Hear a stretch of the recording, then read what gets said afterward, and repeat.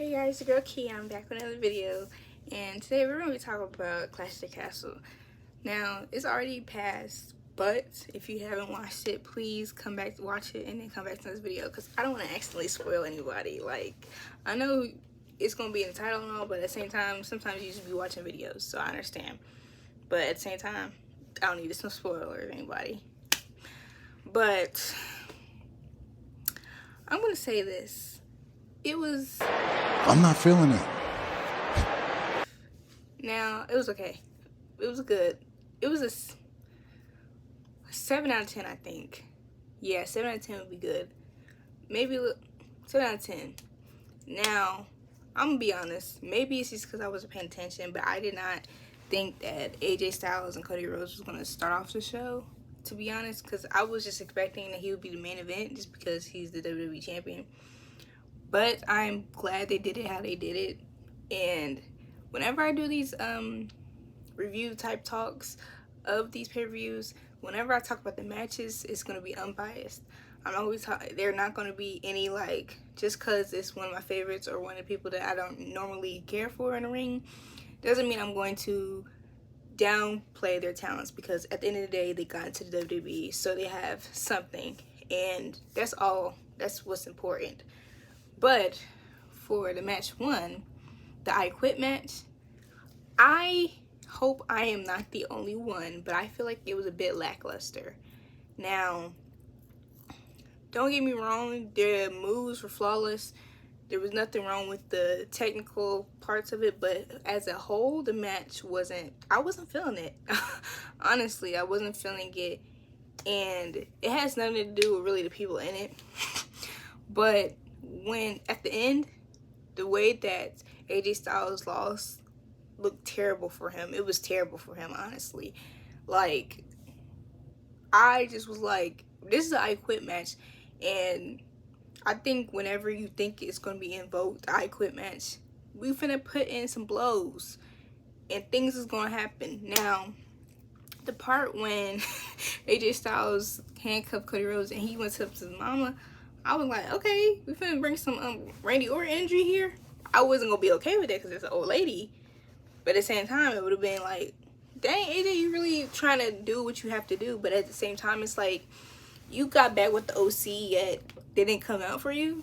Just an I Quit match. There's no rules, no disqualifications. Do what you have to do. If you really cared about this much, I would have brought all the stops.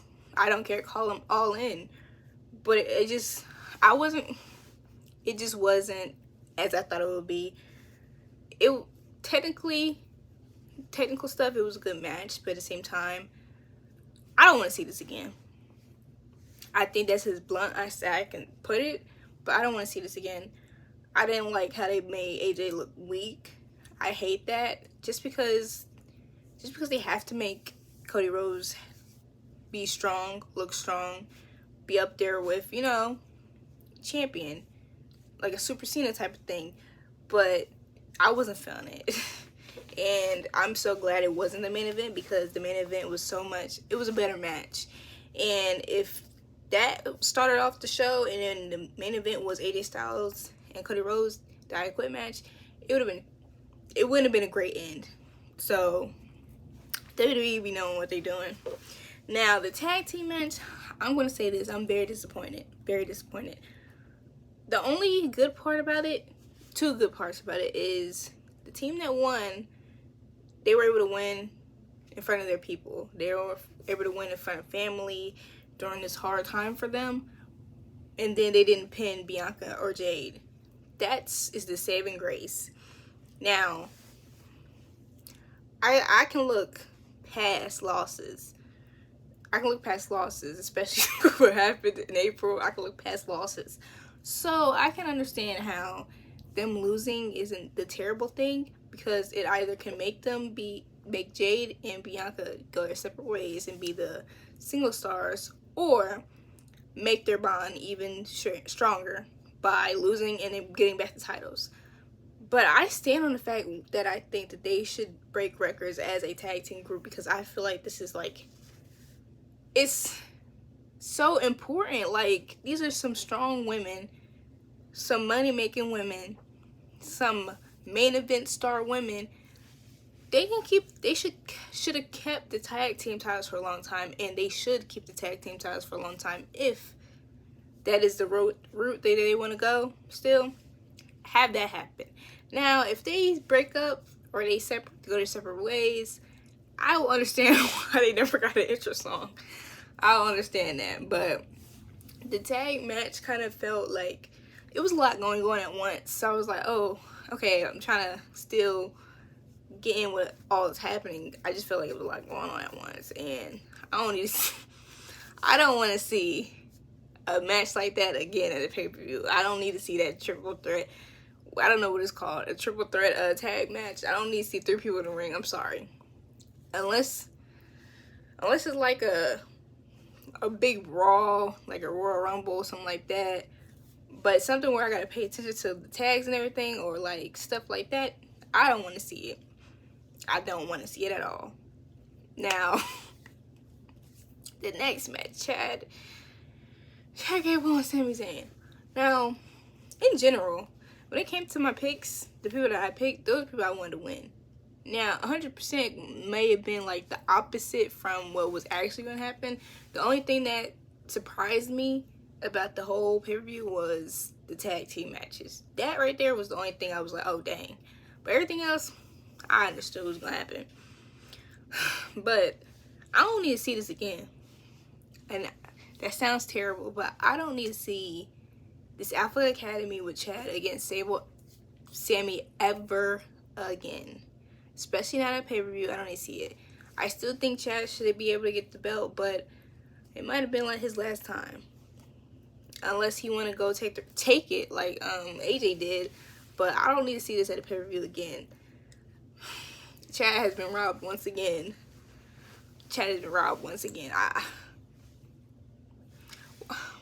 Maybe they just want Sami to have another feud, and that's fine, in his championship run, but I don't know. I think Chad is ready, and he should have been able to take the dub.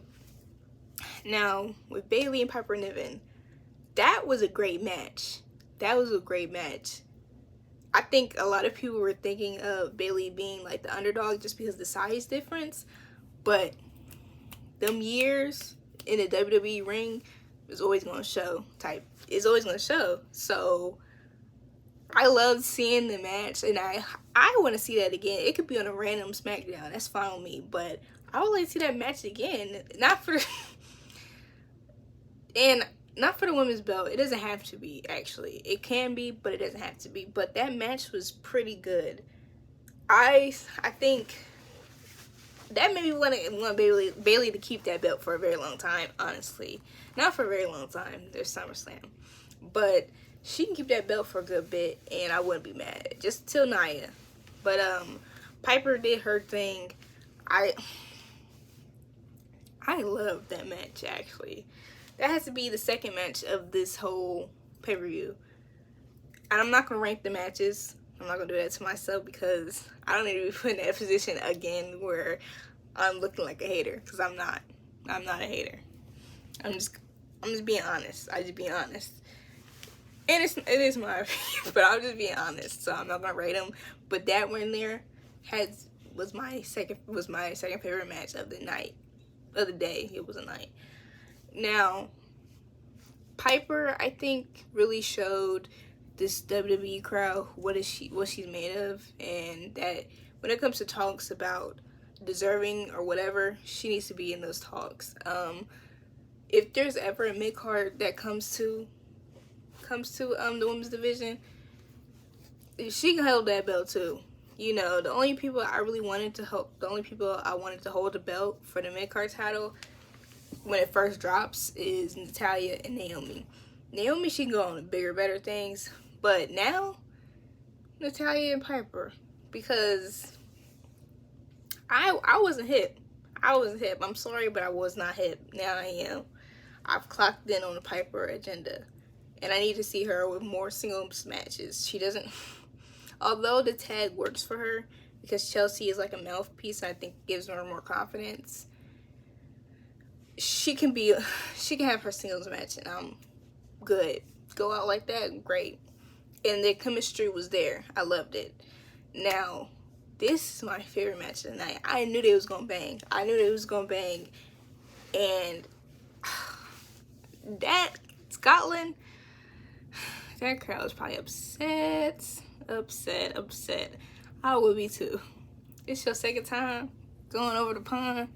You lose twice. Shoot. That's grounds for anger management classes, honestly. But Damian Priest and Drew McIntyre, I need to see a rematch. I know I just seen the match, but I need to see a rematch between those two. Those two are both heavy-hitting opponents, and when they go all out, that's a match to see. I am glad that it was the main event, but I knew CM Punk was gonna come. I didn't know he was gonna do that. That makes it worse. So I'm gonna let Drew have it. If Drew ever wants to go off on CM Punk, have them voices in his head, have CM Punk all up in his head, that's fine with me. He's earned that right at this point. But I thought it was over for Damian. Honestly, I thought it was over. I thought we was gonna have that homecoming. Whoa.